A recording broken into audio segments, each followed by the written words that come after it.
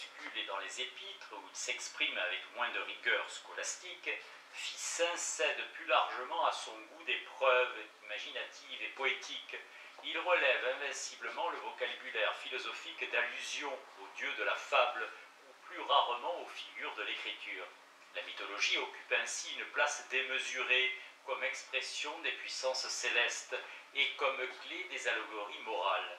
Souvent, elle se détache sur un fond mince de pastoral qui peut faire songer à Fénelon.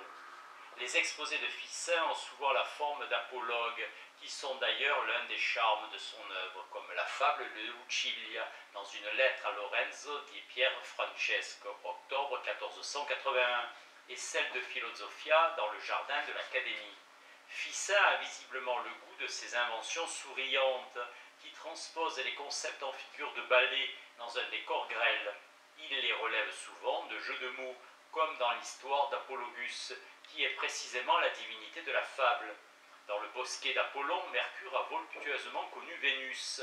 À leur fils Apollon donne le nom d'Apollonius, pour ajouter ses propres vertus à celles de Mercure, qu'on invoque parfois sous le nom de Logus.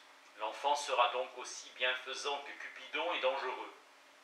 Après un séjour au champ, près des pasteurs qui l'initient à la vie rustique, Apollonius se rend à la ville, non aux Hortos Pitios, jardin de Pito, mais aux Hortos Pintios, jardin de Borco Pinti, pour enseigner aux Florentins qu'une race divine ne grandit qu'avec une nourriture divine. Cette nourriture supérieure, cet aliment platonicien, c'est la fable philosophique avec ses caprices poétiques. Dans les lettres familières, Ficin s'abandonne encore plus volontiers à ses petites compositions. Pour inviter Giovanni à venir auprès de lui à la campagne, il a recours en vain à la lyre d'Orphée et d'Amphion qui mouvait les rocs. C'est que son ami n'est pas de pierre ou de bois, mais de fer.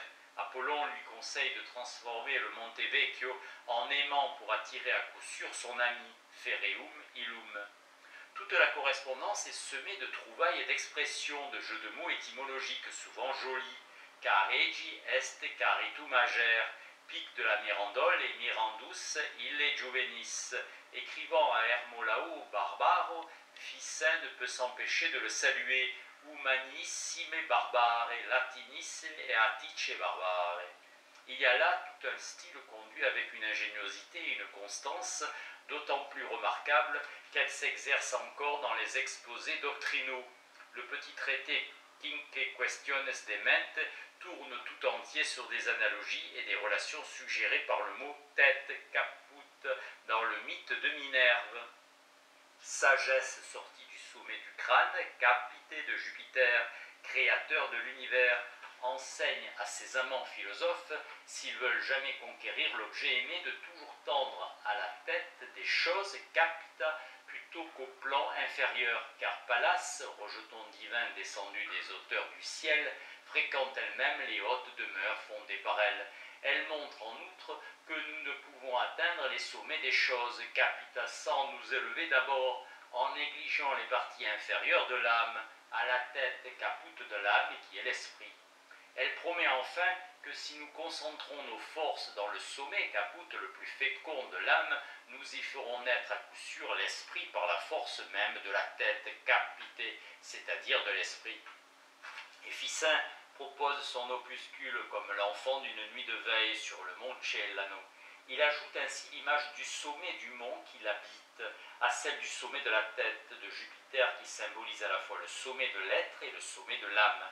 Un seul mot, une seule image relie quatre notions à une série artificielle mais obsédante qui intègre au surplus deux vers de Virgile dans le contexte. Cette attention aux effets du style s'étend naturellement à la disposition des mots, à l'équilibre des phrases. Même dans la théologie platonica, on sent l'écrivain dans ses constructions symétriques et pleines comme ab extremo ad extremum omnia permedia transeunt ut ab ieme perver in aestaem ab estat in iemen per autumnum. Il n'y a pas de lettre où ces recherches n'apparaissent, où elles ne soient poussées au raffinement dans le jeu incessant des noms, des images, des analogies. Ficin conviendra lui-même aimablement de cette inclination poétique dans un passage du Liber des Sols, où il écrit « Puisque je ne sais pas trop comment, sous l'influence d'Apollon, nous nous découvrons ici poètes, plutôt faibles, il est vrai, nous pouvons bien nous complaire à quelques fables. » Et il s'en servira pour excuser certaines hardiesses doctrinales qu'on lui reproche. Dans les traités de De Vita, comme dans ceux des Sols illuminés associant des éléments poétiques aux données philosophiques, je me suis donné une carrière assez libre et peut-être même parfois un peu trop. Il ne peut se passer de métaphores comme s'il n'y avait plus dans une comparaison qu'un simple rapport de termes. L'image a une valeur contraignante et dans une épître de 1479, il propose à son correspondant de méditer sur la divinité du soleil, tout en n'ignorant pas qu'un chrétien ne peut en admettre l'idée.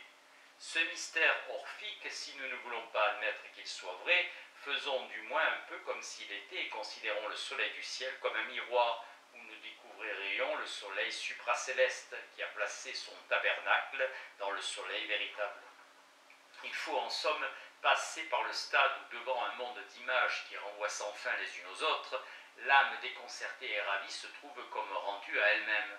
Ficin ne se dissimulait pas ce qu'il y a là d'aventureux, mais il se conformait jusque dans son style à l'idéal d'une théologie poétique, fondée sur la méditation des mythes, des épopées et des hymnes obscurs de l'Antiquité. Là où il est d'usage de souligner l'infirmité des comparaisons, Ficin, fidèle aux croyances hermétiques, insiste au contraire sur la valeur singulière.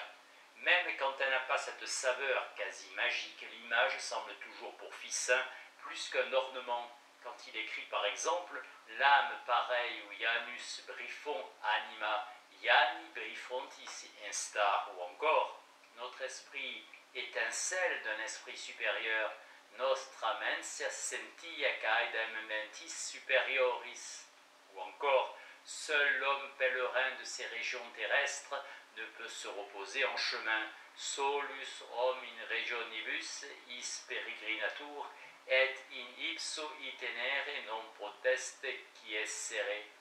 Chacune de ces métaphores a une histoire, elle renvoie indirectement à un mythe, à une cosmologie, à un traité de morale ou à l'évangile. La pensée se fraye ainsi un passage à travers des reflets et des allusions soigneusement disposées.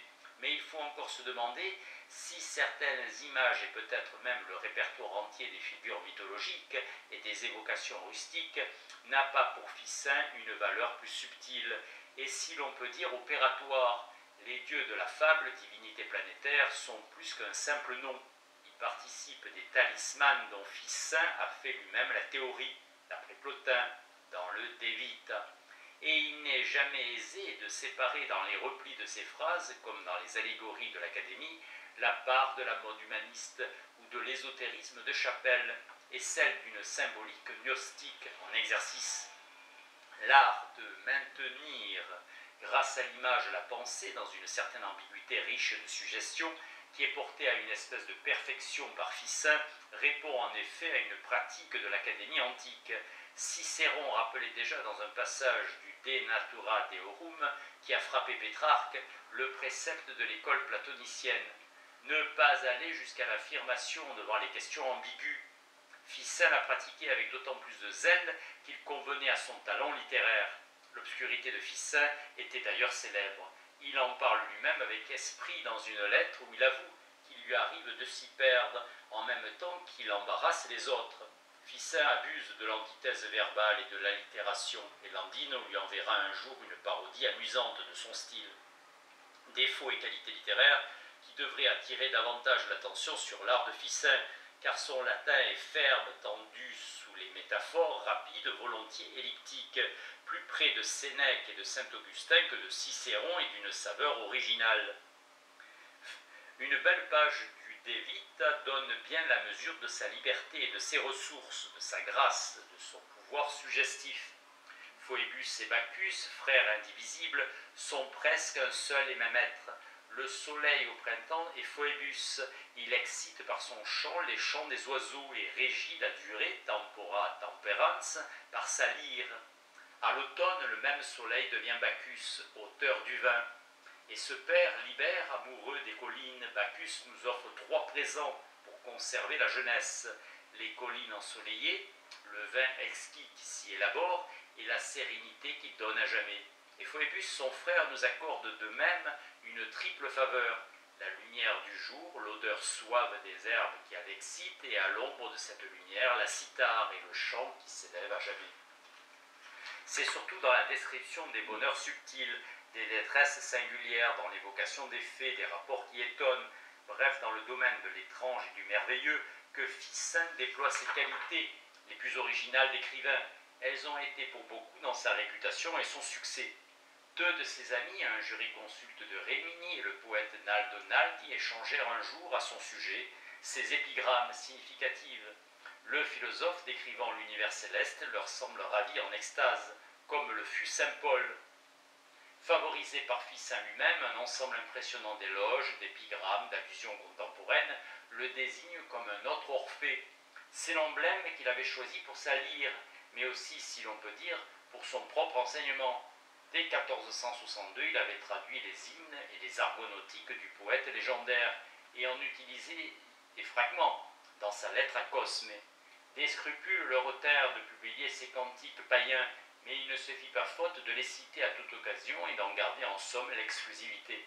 « Je crus Orphée de retour sur la terre, dit Laurent, dans l'Altercazione, quand arrive le pasteur Marsile jouant de la lyre. » Brodant sur le même thème, Naldi expose encore dans un court poème comment, par une suite de métamorphoses, l'âme d'Orphée est passée successivement dans Homère, Pythagore, Ennius et Ficin.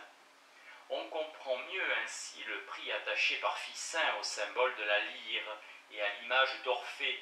Ce n'est pas seulement un trait de préciosité humaniste, admis avec complaisance par des familiers. Au propre et au figuré, Ficin, armé de sa lyre, était véritablement le nouvel Orphée. Dans un court poème qui mérite d'être cité, un humaniste a dépeint l'extraordinaire transformation physique du petit philosophe, saisi de la sainte fureur qui se dresse sur ses pieds et improvise. Ce portrait vivant a naturellement aussi sa valeur symbolique. Ficin est le musicien orphique par excellence, sa doctrine est l'instrument merveilleux du savoir supérieur. Sur le buste exécuté en 1521 pour la tombe de Ficin à Sainte-Marie-des-Fleurs, Andrea Ferrucci donnera au philosophe le regard inspiré du chanteur légendaire. Son petit visage semble frémir, la bouche s'entr'ouvre et l'infolio platonicien devient entre ses doigts une sorte de lyre, tant cet instrument symbolisait l'enthousiasme nécessaire à la nouvelle philosophie. On a justement écrit que Ficin maintient toujours le discours du théologien aux limites de la transfiguration poétique. Il n'en va pas autrement de son propre personnage.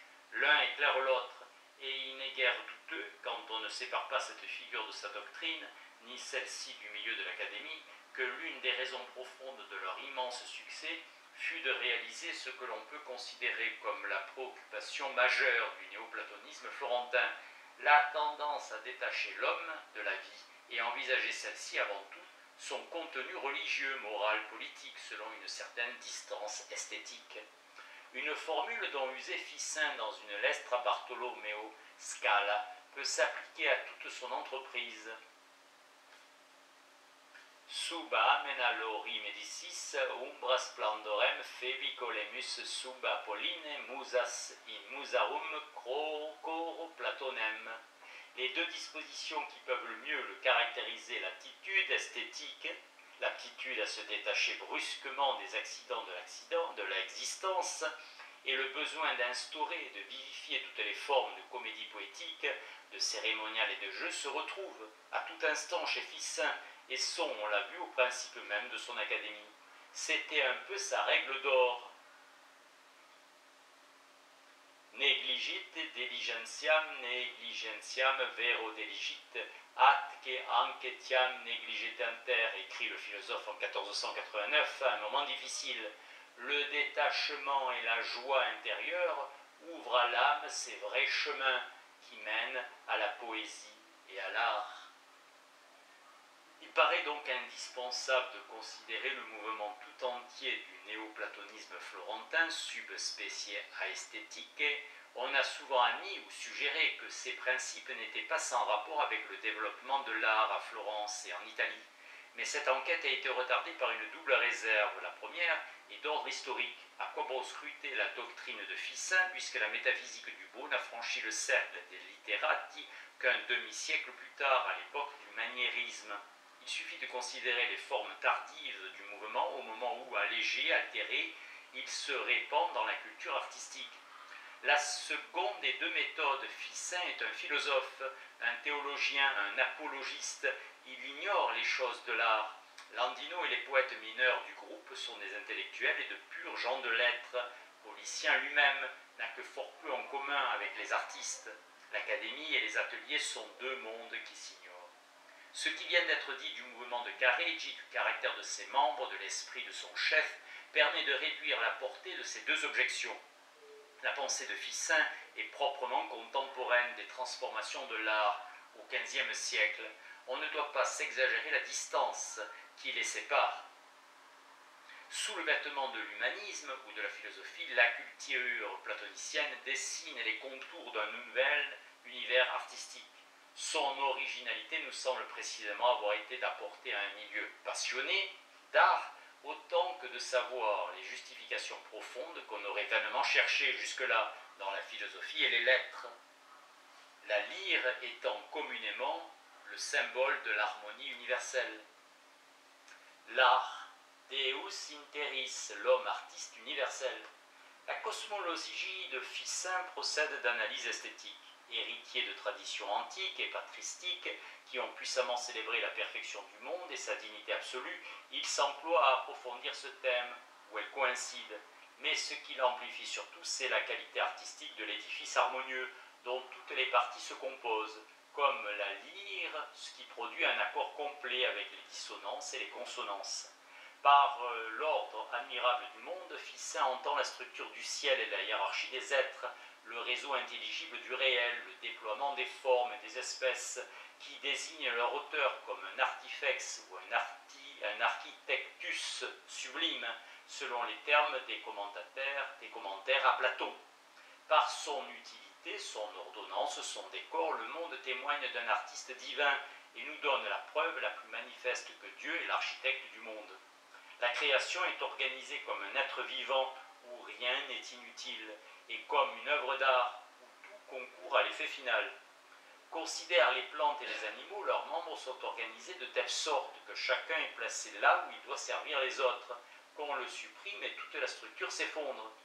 Tous les membres sont donc groupés en vue de l'ensemble. Ainsi, toutes les parties du monde concourent en quelque sorte à la beauté de l'univers entier, de telle sorte qu'on ne peut rien enlever ni ajouter. La spéculation antique et surtout médiévale avait souvent exprimé les rapports métaphysiques par des images empruntées au monde de l'art. Mais Ficin reprend ici exactement la définition du beau dans l'art donnée par Alberti pour l'appliquer au cosmos. On ne saurait mieux affirmer que son rapport à Dieu est celui d'une œuvre d'art à son auteur et rendre plus manifeste sa qualité esthétique. L'univers doit être considéré historiquement et logiquement comme la première œuvre d'art et le prototype de toute. Son auteur est avant tout un compositeur parfait.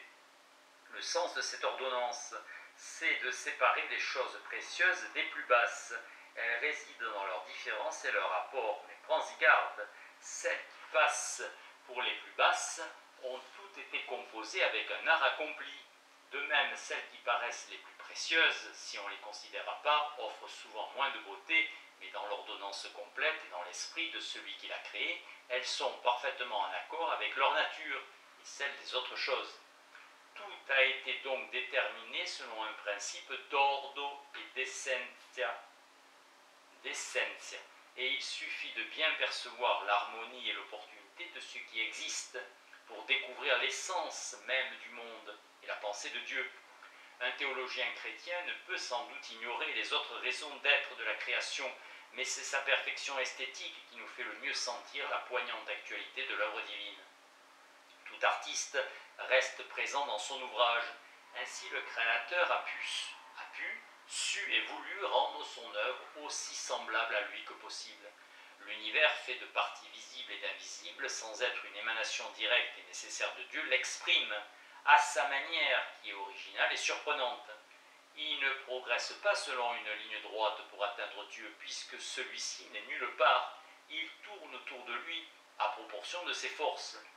Par son ordonnance cyclique et ses révolutions intérieures, ce principe de mouvement si admirable et cette progression si habilement calculée, le cosmos, s'accorde avec la perfection divine.